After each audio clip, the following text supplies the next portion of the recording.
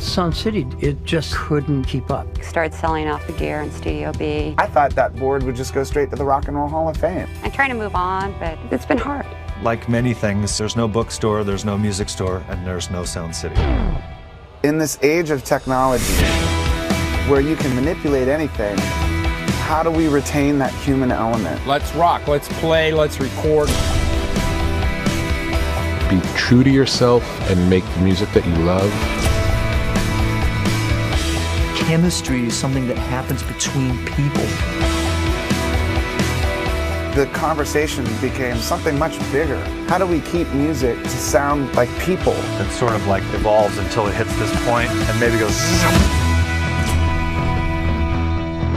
Now that you have the Neve console in your own studio, yes. It's yours. So you're keeping this ghost, this whatever still haunts us about Sound City. Yeah.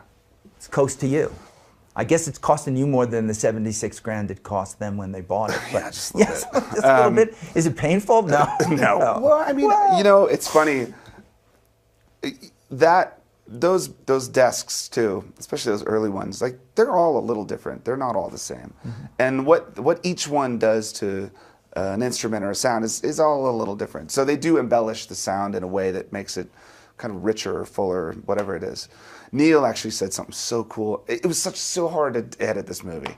Because you can imagine, like, I sat down with Stevie Nicks and talked about Fleetwood Mac for 2.5 hours, mm-hmm. and I got a Fleetwood Mac movie, you know? And then I talked to Neil Young about analog and digital, and I got that whole so every single person I talked to. But in talking to Neil about digital sound versus analog, he made this really cool analogy where he said, you know, it's kind of like looking at a mountain, taking a picture of it with a digital camera versus looking at its reflection in a lake, and how in that everything is kind of connected, and like everything's sort of connected together.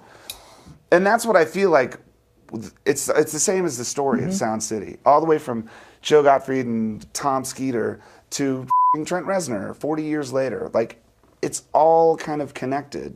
And when you tell those stories, it gives all of that music more depth. Like, I learned that from the Foo Fighters documentary we made. We made a documentary called Back and Forth, and it was directed by this brilliant guy, James Small. And the movie came out, at first I thought, well, who cares? Like, who gives a shit about our story? We're, you know. No, only those quadrillion people. Yes, right. But so the movie came out, and all of a sudden our band was huge. And I realized, and people on the street would walk up and say, you know, I saw the movie, it was great. I had no idea. And in that, they saw us as human beings, and it sort of gave this new appreciation or depth to our band's music because they saw us as people. And so this is where music and film, I think, really comes together in a way that benefits both. Like music videos, make a fucking movie of the story of your life, and then write an album. Mm-hmm. And I guarantee you, people will listen to that album in an entirely different way than had they just heard the record. It gives so much more depth and like humanity to what you do, you know.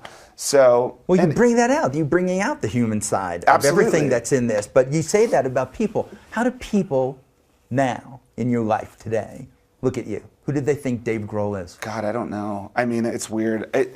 You know, people don't see me on the street and go, "Oh my God, it's Dave Grohl." They go, "What's up, Dave?" And then my wife will say, "Do you know that guy?" I'm like, "I don't know," because I think people just sort of see me as like a dude. You know, I don't get like creepy fishnet stalkers like Marilyn Manson would. I get like construction workers, Dave, yeah. You know, I get like guys in fire trucks going like, so. That's kind of great. I'm cool with that, dude. They're liking it. They're relating to it. Absolutely. But well, that's, you know, it's Springsteen had a great quote, and I can't remember exactly what it was, but you know, as an artist, you want your audience to see themselves in you. You know, like it's that connection. When the Foo Fighters, when I jump out on stage, it's not like I'm not Freddie Mercury, but I'll bring 80,000 people together to sing one song because they all feel sort of the same, you know, and yeah, I mean it's. But you're trying. This is a movie where you're trying to get that live feeling that you have when you're playing music with other musicians. Yes. Into something that's recorded, right? Which is the impossible thing to do. It's not easy. Not easy, but you're doing it. I mean, to find the day that Paul McCartney came to the studio was a perfect example. That's like the perfect day in the studio, not just because it's Paul McCartney. They had a lot to do with it. But it helps. When you walk into the room, Chris Novoselic and Pat, who played with me in Nirvana, they didn't know Paul. They'd never met. And we didn't have a song, but we all got in and started playing. By the end of the day, we had this thing. And it was like this big, noisy masterpiece that had no one ever heard it, it still would have been the coolest song I'd ever recorded because it was that moment, you know. And that's you know, capturing those moments, that's, whether it's just to tape or whether it's on film, that's the challenge. I mean, why document something if it's not worth it? And you documented it. I mean, so in closing this, I want to ask you, as the director, as the filmmaker that's looked at this a million times now. That's what you do when you make a movie, right? You're in the editing room forever looking at it. What is sticking in your head from your own movie? What's that one thing that's in there if you had to pick one? I know there's a million. It's the intro where I say, we were just kids, but we had these songs and we had these dreams and we just threw it into the back of an old van and started driving. Because that can apply to every single musician in the film. It can apply to Paul and Neil and Stevie, Rage Against the Machine, every single person.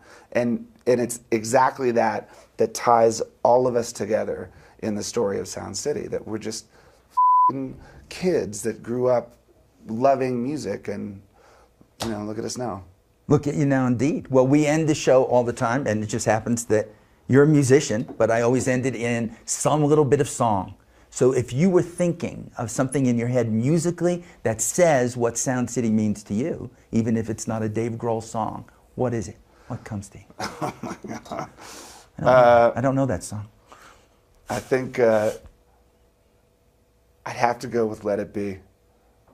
Let It Be is, I always thought that if we could send one song into space so that another civilization and another planet could understand us as human beings, it would be Let It Be. And so can I hear a little bit of that? Oh God, I don't want to sing right now in front of everyone. Everyone, no one's here. Just me. Just you.